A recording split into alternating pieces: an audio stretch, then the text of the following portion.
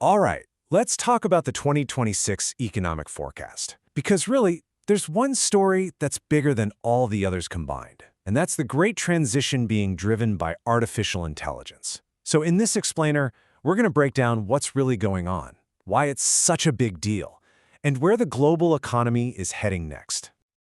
To really get a sense of the scale here, just look at this number, $5 trillion. That's right, in 2025, Nvidia became the first company in history to hit that market cap. It's a valuation that was pretty much unthinkable just a couple of years ago. And a number that big, well, it naturally leads to the central question we're going to tackle today. Are we just watching another speculative bubble, like the dot-com era, that's about to pop? Or are we actually standing at the very beginning of a fundamentally new kind of economy? I think the best way to understand this moment is to think of it like a new gold rush. Seriously, what we're seeing is this massive, unprecedented flood of money pouring into one single sector, with basically everyone chasing the incredible promise of AI. But here's the crucial part to understand. We're still in the very first phase of this thing. It's not about finding the gold yet. It's all about making the picks and shovels. We are right in the middle of a monumental infrastructure build-out. And the scale, it's just staggering. In the United States alone, companies have already committed over $2 trillion in capital expenditures.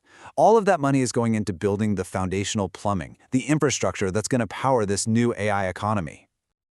And just so we're all on the same page, capital expenditure, or CapEx for short, is just the money companies are investing in real physical stuff. Think data centers, machinery, the things they need to grow down the road. And right now, that spending is absolutely off the charts.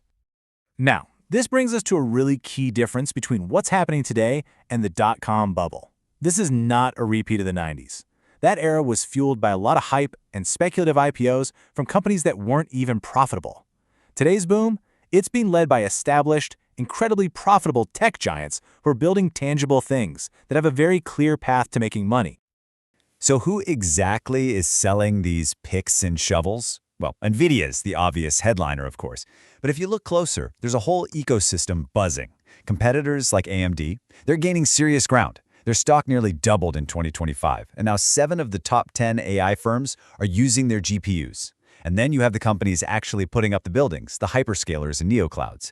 All together, they're the ones building the engine of this new economy. Okay, so building a massive engine is one thing, but the real economic story for 2026 is what happens next, when businesses finally start using that engine on a massive scale. You can really think about this transition as a simple 3-step process. For the last couple of years, we've been deep in step 1, the infrastructure build-out.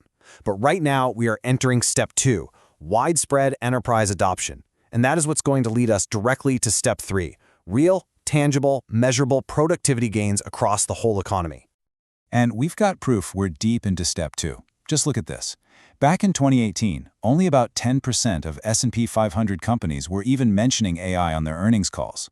By late 2025, that number exploded to 62%. AI has officially gone from being a niche tech topic to a core business strategy for almost everybody. And this gets us to a really crucial point, which analysts at Crestwood Advisors summarized perfectly. The whole story is changing. The focus is shifting away from who is building the AI and toward who is using it to get more efficient and more profitable. So what does that mean for 2026? Well, the winners won't just be the chip makers anymore. The market is going to start rewarding a whole new group of companies in every single industry. From healthcare to manufacturing, that can actually prove their investments in AI are delivering a real return on investment or ROI. But here's the thing, this AI revolution isn't unfolding the same way everywhere, not even close. When you zoom out, you see 3 very different stories playing out across the world's major economies. This table really lays out that divergence starkly. In the US, you have this mind-boggling $2 trillion commitment that's just fueling more innovation and more investment. The Euro area, meanwhile, is investing just a fraction of that, and they're really risking getting left behind. And then there's China, which has huge ambition, but is also battling some serious economic headwinds at home. This isn't just a regional story. This gap could literally reshape global economic power for decades. See, Europe's focus is on a totally different set of problems. This chart, using the UK as an example, shows that inflation is expected to fall, getting much closer to the European Central Bank's target. Now, why does this matter for AI? Well, when inflation cools and the local economy is weak, central banks are much more likely to cut interest rates to try and stimulate things. So they're focused on a broad recovery, while the US is just doubling down on a tech-fueled investment boom. They're on two totally different tracks. China, on the other hand, is staring down a growth gap.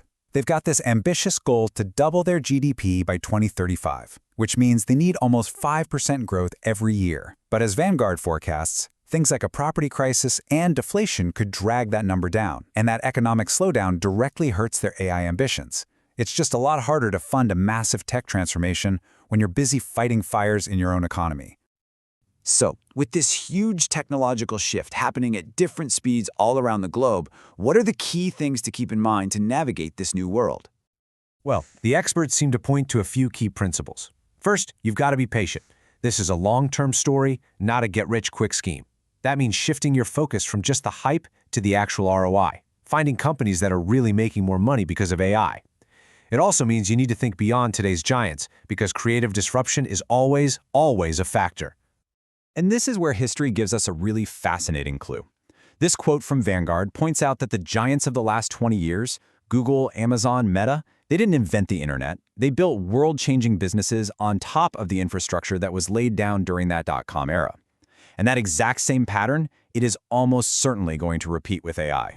Which leaves us with one final critical question. The first wave of AI fortunes, it was built on silicon, the chips that power this whole engine. But as this incredibly powerful new engine comes online for everyone to use, where will the next great fortunes be built?